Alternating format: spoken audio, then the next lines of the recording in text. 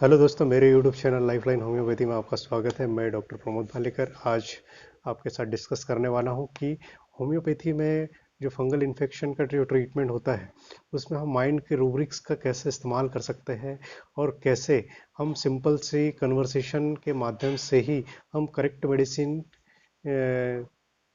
का चयन करके और बेहतरीन रिजल्ट दे सकते हैं। बेसिकली होता ये है कि हम होम्योपैथी में फंगल इन्फेक्शन के लिए सेलेक्टेड जो मेडिसिन हैं उन्हीं का ज़्यादातर यूज़ करते हैं, सल्फर, पेट्रोलियम, सोराइनम और इस टाइप की जो मेडिसिन है। लेकिन हम पेशेंट एज अ होल जो मेडिसिन हम देते ही नहीं है, इसीलिए पेशेंट परमानेंट क्योर होता नहीं है। तो मैं आपको सिंपल सा एक आज केस के माध्यम से बताने वाला हूँ कि मेरे पास जो ज़्यादातर केसेस आते हैं तो मैं सिंपल जो कन्वर्सेशन होता है उन्हीं के माध्यम से मेडिसिन प्रिस्क्राइब करता हूँ, चाहे वो कोई सा भी केस हो, है ना।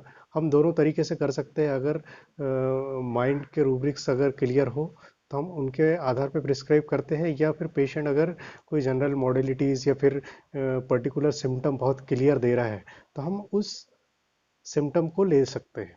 ठीक है। तो यहाँ पर मैं आज आपको एक केस मेरे क्लिनिकल प्रैक्टिस का शेयर कर रहा हूँ आपके साथ में।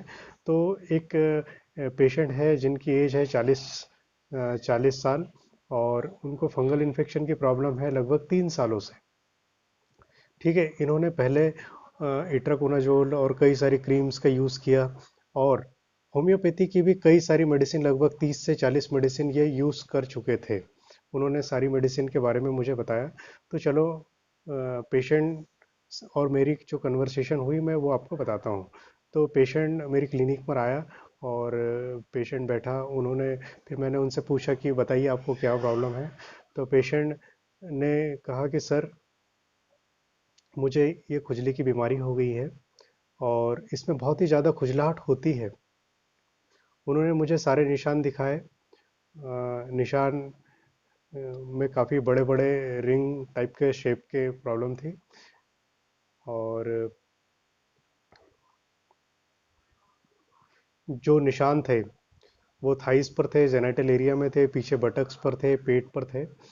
और उन्होंने कहा इसमें मुझे काफ़ी तकलीफ रहती है। इसके बाद में उन्होंने कुछ नहीं कहा। तो फिर मैंने प्रश्न किया कि ये तकलीफ आपको कब से हुई है और कैसे हुई है। तो पेशेंट ने कहा, सर ये जो बीमारी है मेरी ही बेवकूफ़ी का परिणाम है। मेरे दोस्त का टॉवेल मुझे यूज़ नहीं करना चाहिए था। लगभग 3 साल पहले मैं मेरे दोस्त के यहाँ गया था। नहाने के बाद उन्होंने उन्हीं का टॉवेल दे दिया, जिसके कारण जो है ये बीमारी मुझे शुरू हो गई है। इसके 1 साल तक तो मैंने इसके ऊपर कोई ध्यान नहीं दिया। हो रहा है, मैंने सोचा हो जाएगा ठीक। इसके ऊपर किसी प्रकार का कोई मैंने ध्यान नहीं दिया, ना कोई ट्रीटमेंट कराया। लेकिन उसमें किसी प्रकार का कोई सुधार नहीं हुआ।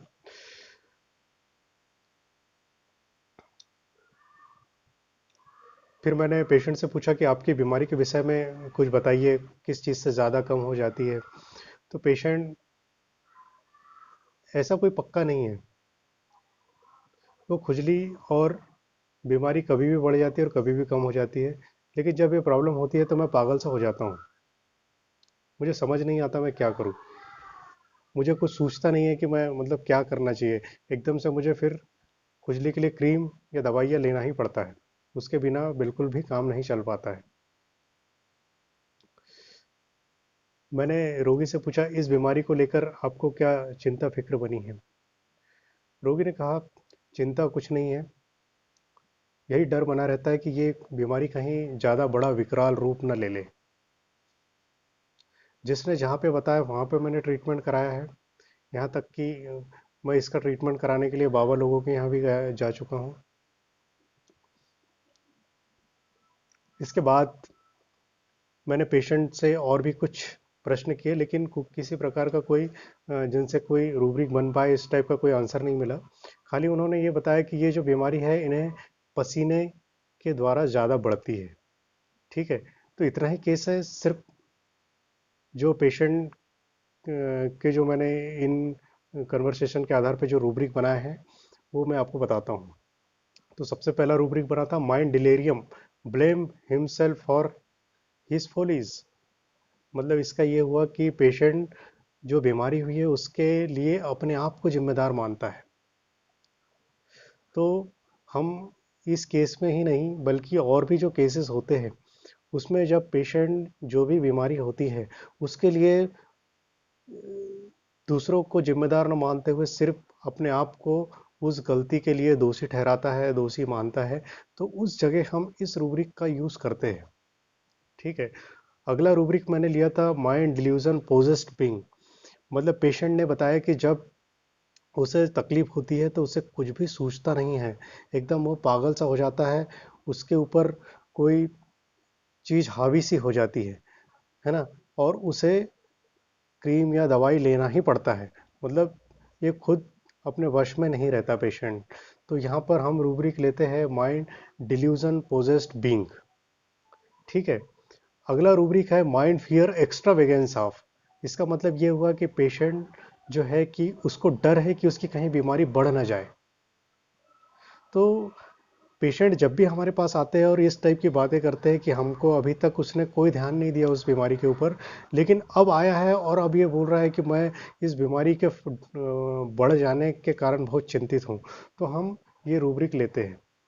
ठीक है। अगला रूब्रिक है सुपरस्टिशियस। सुपरस्टिशियस रूब्रिक हमने यहाँ इसीलिए लिया कि पेशेंट ने बताया कि जहाँ मुझे जिसने जहाँ बताया वहाँ पर मैंने ट्रीटमेंट कराने के लिए गया, यहाँ तक कि मैंने बाबा लोगों के पास भी ट्रीटमेंट कराने के लिए गया हूँ। और नेक्स्ट रूब्रिक है स्किन इरप्शंस पर्सपिरेशन ड्यूरिंग। तो ये हमने रूब्रिक लिया कि पर्सपिरेशन के समय पेशेंट की तकलीफ ज़्यादा बढ़ जाती है। ठीक है। तो इन सारे रूब्रिक्स के आधार पर जो है मैंने पेशेंट को ओपियम मेडिसिन दिया 200 पोटेंसी में, और पेशेंट को मैंने कुछ इंस्ट्रक्शन दिए थे कि सारी आपको जो क्रीम्स वगैरह है, सारी जो मेडिसिन है उनको सारी बंद रखना है, और स्किन के ऊपर नारियल का तेल लगाने के लिए एडवाइस किया था। ठीक है। पेशेंट मेरे पास 5 दिन के बाद फॉलोअप के लिए आया, और 5 दिन के बाद उन्होंने बताया कि सर 2-3 दिन तक के जो है प्रॉब्लम थोड़ी बड़ी सी लगी, ऐसा लग रहा था कि उस पर निशान काफ़ी बढ़ गए हैं, लेकिन उसके बाद अब जो है स्किन में काफ़ी अच्छा सुधार है, खुजलाहट भी कम हो गई है और निशान भी मिट रहे हैं। ठीक है। इस तरह से हम, ये बहुत ही सिंपल एक तरीका था, इसमें मतलब ओपीएम ज़्यादातर यूज़ होती नहीं है स्किन के केसेस के लिए, लेकिन फिर भी हम जो है पेशेंट की मानसिक अवस्था को देखते हुए, यदि हम उस समय, ज़्यादातर होता ये है कि स्किन के जो केसेस रहते हैं उसमें मॉडलिटीज़ जो होती है वो बहुत कम मिलती है। वो कम इसीलिए मिलती है क्योंकि पेशेंट जो है कि क्रीम्स का, दवाइयों का इस तरह से इस्तेमाल करता है कि एग्जैक्ट सिम्टम निकाल पाना काफ़ी मुश्किल हो जाता है। यदि एग्जैक्ट सिम्टम मिलता है, मॉडलिटीज़ मिलती है या पर्टिकुलर सिम्टम मिलता है, तो हम उस मेडिसिन का यूज़ करते हैं। यदि पेशेंट की मानसिक अवस्था क्लियर है तो हम पेशेंट की मानसिक अवस्था के आधार पर ही दवाई